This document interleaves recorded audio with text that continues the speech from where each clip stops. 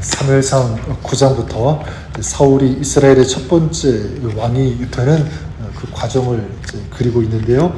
왕이 세워지는 것 물론 이스라엘이 다른 나라들처럼 왕의 다스림을 받는 것을 원했기 때문이기도 하지만 그렇다고 해서 하나님께서는 아무나 왕을 세우지 않으십니다.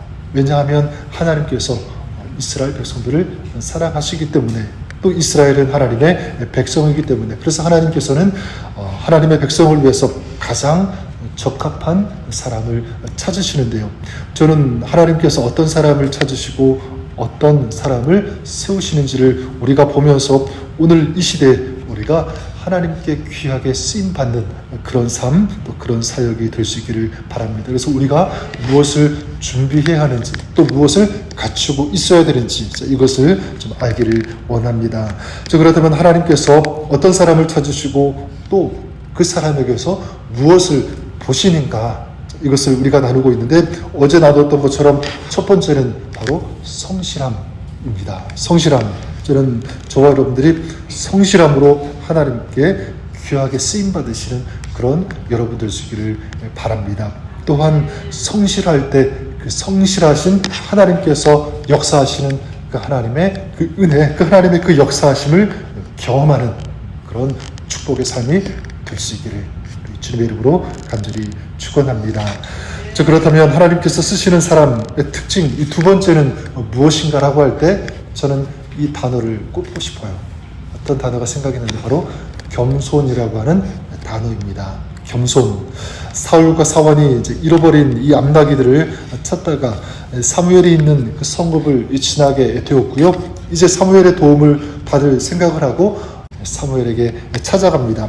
그때 하나님께서 사무엘에게 이 사울이 찾아올 것이라는 것을 미리 알려주시죠. 그리고 그를 이스라엘의 왕으로 세울 것을 이제 사무엘에게 계시해 주십니다. 16절에 말씀하는데 내일 이맘때에 내가 베냐민 땅에서 한 사람을 내게로 보내리니 너는 그에게 기름을 부어 내 백성 이스라엘의 지도자로 삼으라. 그가 내 백성을 블레셋 사람들의 손에서 구원하리라. 내 백성의 부르짖음이 내게 상달되었으므로 내가 그들을 돌보았노라. 백성들의 부르짖음을 들으시는 하나님 우리가 볼 수 있죠. 그리고 그 부르짖음이 하나님께 상달되었다. 그리고 하나님께서 그 부르짖음대로 그들을 돌볼 것이라고 하는 이 마음을 가지고 가장 적합한 그런 사람을 찾으시는데 이제 사울이 사무엘을 찾아오게 되었고요. 그때 사무엘은 사울에게 이렇게 말합니다. 20절에 사흘 전에 일은 내 암나귀들을 염려하지 말라. 찾아느니라. 온 이스라엘이 사모하는 자가 누구냐? 너와 내 아버지의 온 집이 아니냐. 바로 무엇입니까? 사울, 바로 네가 온 이스라엘이 찾는 사람, 왕이 될 사람이라는 거죠. 자, 이럴 때 사울이 사무엘에게 뭐라고 대답합니까? 21절에 사울이 대답하여 이르되 나는 이스라엘 지파의 가장 작은 지파 베냐민 사람이 아니니까 또 나의 가족은 베냐민 지파 모든 가족 중에 가장 미약하지 아니하니까 당신이 어찌하여 내게 이같이 말씀하시니까. 뭐라고 하는 겁니까? 저는 이스라엘 지파의 가장 작은 베냐민 지파 사람입니다. 거기다가 나의 가족은 베냐민 지파 모든 이 가족 중에서 가장 미약합니다. 그런데 어떻게 내가 왕이 될 수 있겠습니까? 이런 논리죠. 네, 여러분 어제 보았던 9장 1절에 보면 사울의 아버지 기스를 소개하는데 뭐라고 말씀하고 있냐면 기스는 가장 유력한 사람이라고 베냐민 지파에서 그런 사람으로 소개하고 있습니다. 사울은 자기 가족이 이 베냐민 지파 가족 중에서 그런데 가장 미약하다 이렇게 얘기하고 있는 거죠. 자, 이것이 심리학적으로 사울 안에 있는 이런 어떤 열등감이 표출된 것이다 이렇게 보기도 하는데 저는 그것도 동의하지만 저는 이것이 더 옳다고 생각합니다. 그게 뭐냐면 바로 사울은 겸손하다는 것. 이런 쪽으로 접근하고 싶은데 만약 지금 사울이 이렇게 고백하는 것이 이 지독한 이 열등감에서 나오는 것이라고 한다면 사무엘이 그 소리를 들으면서 굉장히 실망했다. 어떤 그런 반응이 있어야 되는데 성경에는요 사무엘이 실망했다는 그런 말이 없습니다. 그리고 그 다음에 이야기를 통해서 우리가 사울의 이 겸손함을 좀 확인할 수가 있는데 22절에 보면 사울을 데리고 집으로 들어갈 때 이 사울이 어떻게 합니까? 그대로 하라고 하는 대로 따르게 되고요. 또 25절과 26절에 보면 사무엘과 사울이 지붕에서 얘기를 나누는데 사울이 어떻게 하냐면 사무엘의 말을 다 경청하여 듣고 그 다음 날에도 사울은요 사무엘이 시키는 대로 하게 됩니다. 그리고 27절에도 사무엘이 사울에게 이렇게 대답하죠. 이제 잠깐 서 있으라. 내가 하나님의 말씀을 내게 들리리라. 이제 사무엘이 사울에게 가라 라고 하면 이 사울은 가게 되었고, 그리고 멈추라고 하니까 그 자리에서 그대로 멈춘다라는 것을 보게 됩니다. 그러니까 철저하게 지금 순종하고 있는 그런 모습을 우리가 발견할 수 있습니다. 자, 사울이 겸손의 사람이라고 할 수 있는 이유가 바로 이것이죠. 나중에 이 겸손이 변질된 것이 문제지만 지금은 어떤 사울의 모습을 볼 수가 있습니까? 말씀에 순종하고 있는 모습을 볼 수가 있습니다. 자, 그렇다면 우리가 겸손이 무엇인지를 하나 우리 깨달을 수가 있는데, 겸손은요 그냥 마음의 상태만이 아니라고 하는 것입니다. 마음만 겸손하다, 물론 맞지만 거기서 끝나지 않습니다. 겸손은 어디에서 나타나야 하고 어디에서 증명이 되어야 되냐면, 겸손은요 행동으로 나타나야 된다.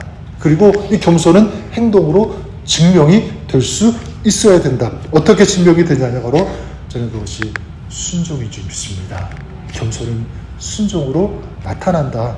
그래서 아무리 겸손한 것 같아도 순종이 뒤따르지 않는다면 그건 진정한 겸손이 될 수 없습니다. 내가 아무리 겸손한 사람이라고 해도 그 삶에서 순종의 모습이 드러나지 않는다면 그 사람은 진정 겸손의 사람이라고 할 수 없다는 것입니다. 하지만 반대로 어떤 경우에도 하나님의 뜻을 따르고 하나님의 말씀에 순종한다고 한다면 그 사람은요 겸손하다라고 말씀드릴 수 있는 것입니다. 우리가 예수님께서 겸손하신 예수님이라고 할 수 있는 이유도 바로 그것입니다. 예수님께서는 어렵지만 힘들지만 하나님의 뜻에 끝까지 순종하셨기 때문입니다. 어떻게 해요? 십자가를 지셨잖아요.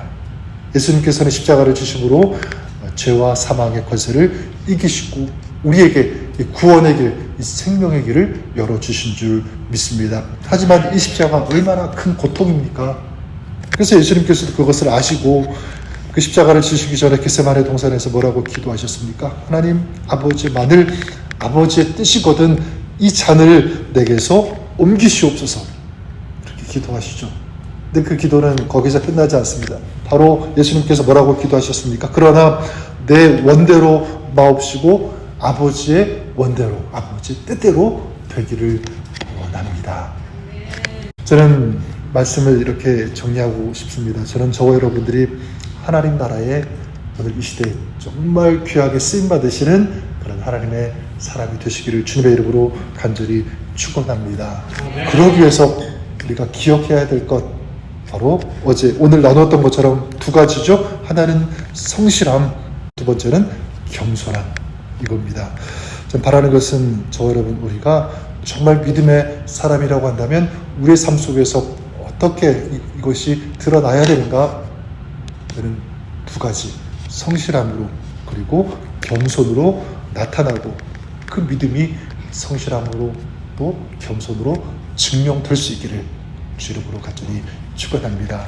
바로 믿음이 좋은 사람은 어떤 사람이냐면 성실한 사람, 겸손한 사람입니다. 그래서 저는 오늘 여러분들이 이런 성실과 겸손함으로 주님께서 찾으시는 사람이 되시고 또 하나님 나라에 귀하게 쓰임받는 그런 하나님의 사람으로 오늘을 살아가시는 또 여러분의 평생의 삶이 그렇게 될 수 있기를 주님의 이름으로 간절히 축원합니다.